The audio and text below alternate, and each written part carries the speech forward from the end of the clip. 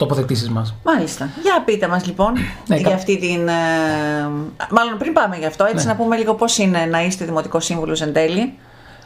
Της αντιπολίτευσης, της Ελλάσσονος. Εντάξει, δεν είναι κάτι το οποίο είναι έξω από την καθημερινότητα ενός σκεπτόμενου πολίτη.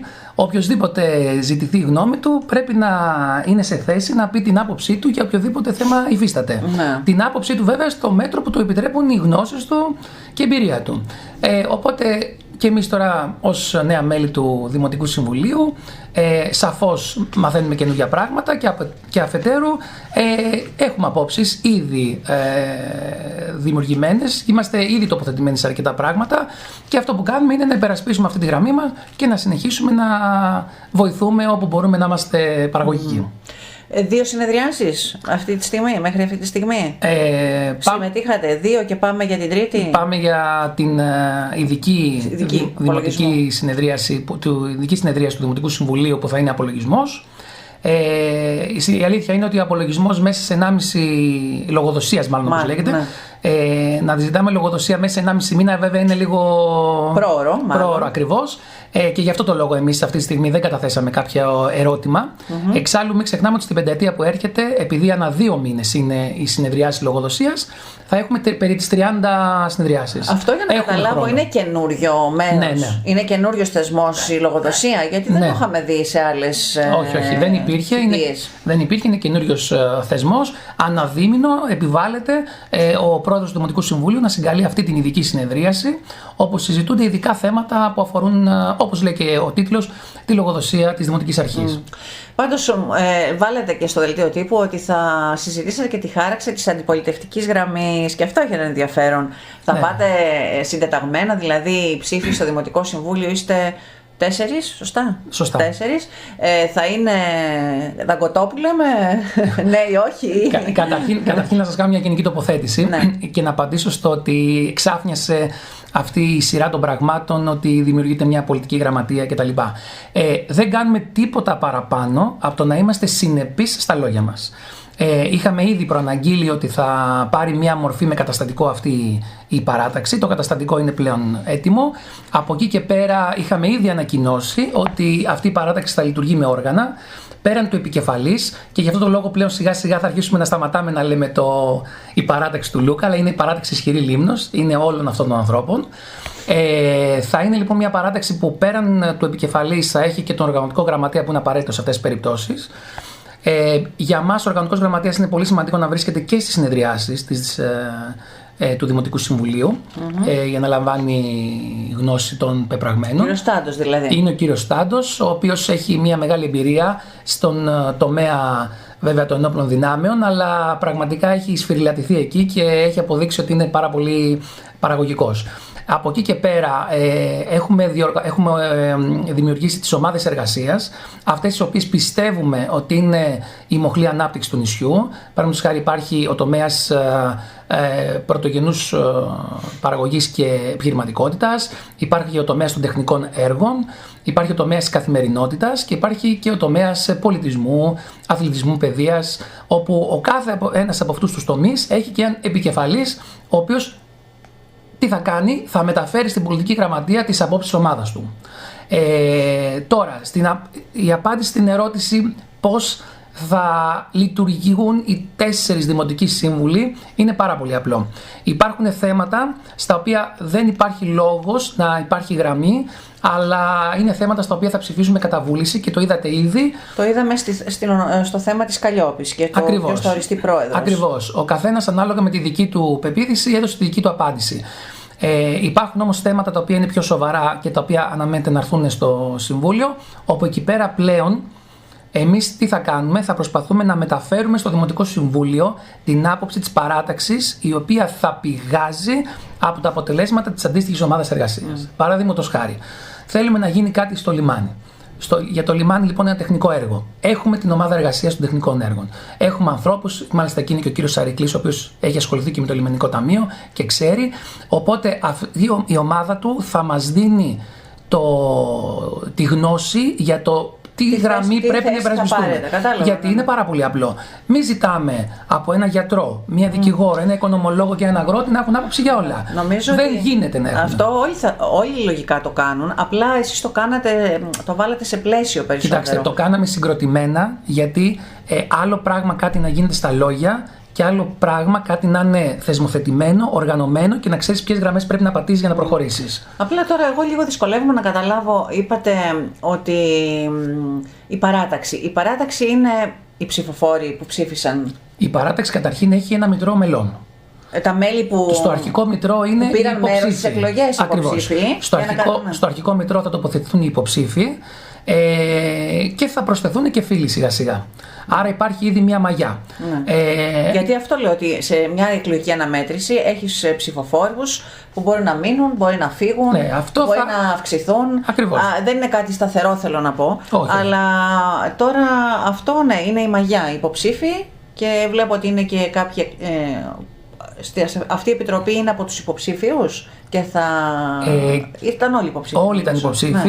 Ο κύριος Λιγόπουλος, ο κύριος Στρογγυλός, ο κύριος Κακαρνιάς και ο Θοδωρής Σαρικλής. Και βέβαια η κυρία Ελευθεράκη που εκλέκτηκε, αλλά και ο κύριος Τάντος ήταν. Ναι. Άρα λοιπόν από εκεί ξεκινάτε. Ακριβώς.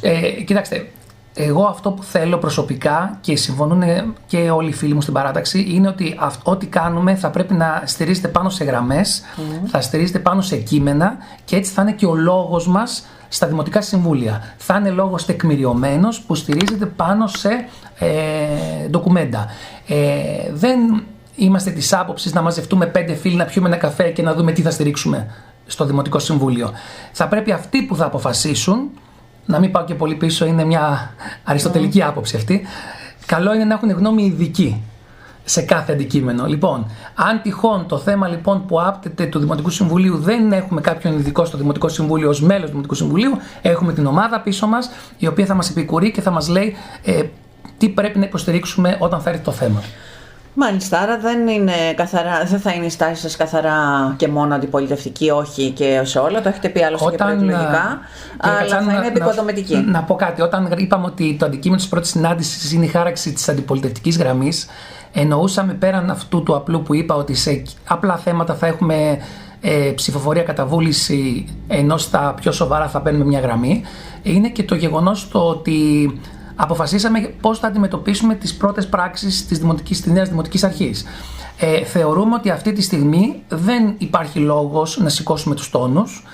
Θα πρέπει αυτή τη στιγμή να είμαστε συνενετικοί. Το καταλαβαίνουμε ότι κάθε καινούργια αρχή πρέπει να πατήσει στα πόδια της, χωρίς βέβαια να σταματάμε να κάνουμε τις παρατηρήσεις μας με εύσχυμο τρόπο. Οι παρατηρήσεις θα συνεχίσουν να γίνονται χωρίς καμία διάθεση αντιπαράθεσης και από εκεί και πέρα σιγά σιγά περνώντας ο καιρός, όταν θα έχουμε και πιο απτά αποτελέσματα, θα μπορούμε να δούμε αν θα χρειαστεί να σηκώσουμε τους τόνους. Εμείς είμαστε εκεί για να βοηθήσουμε. Είναι κάτι που έχω πει εξ αρχής. Για το καταστατικό που είπατε, αυτό υπάρχει, προβλέπετε δηλαδή μια παράταξη να έχει καταστατικό? Δεν είναι καταρχήν το καταστατικό κάτι το οποίο επιβάλλεται.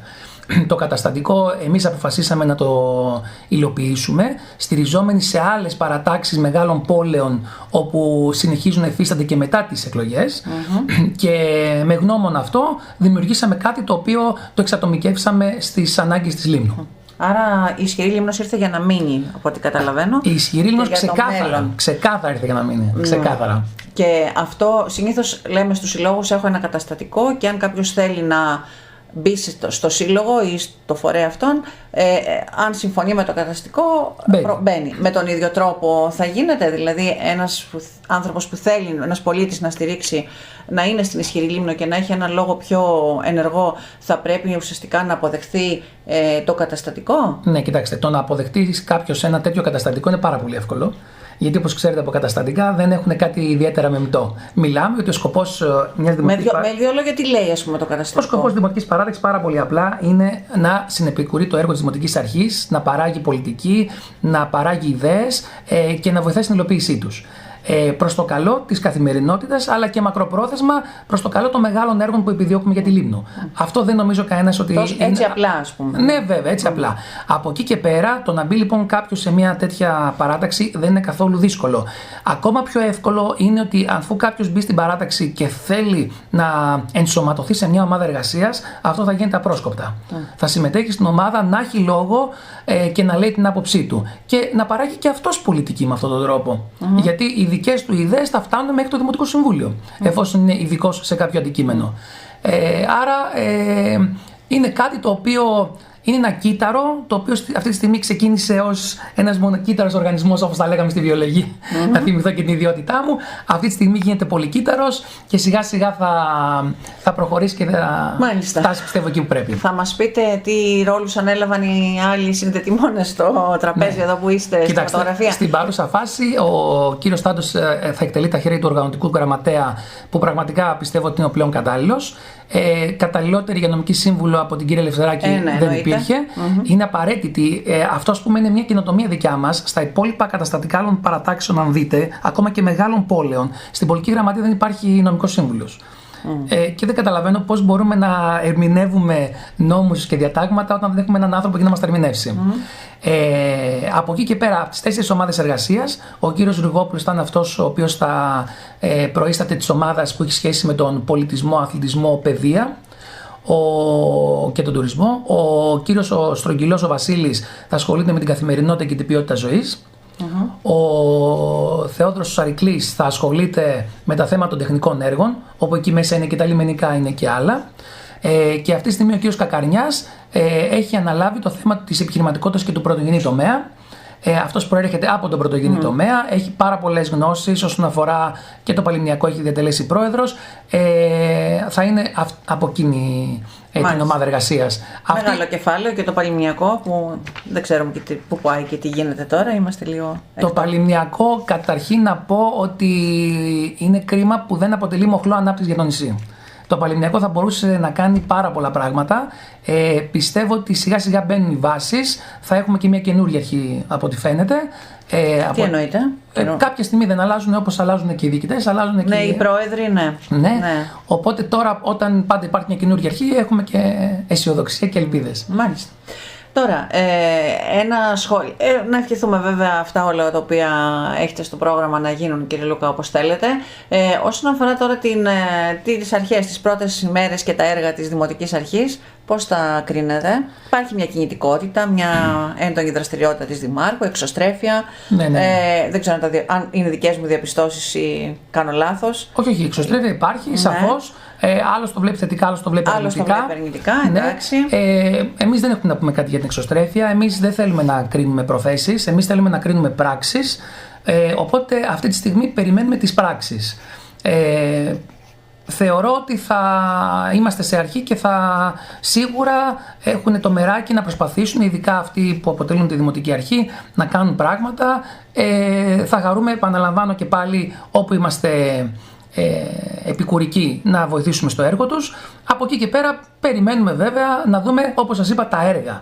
Αυτά θα κρίνουμε, τα έργα και όχι τις προθέσεις.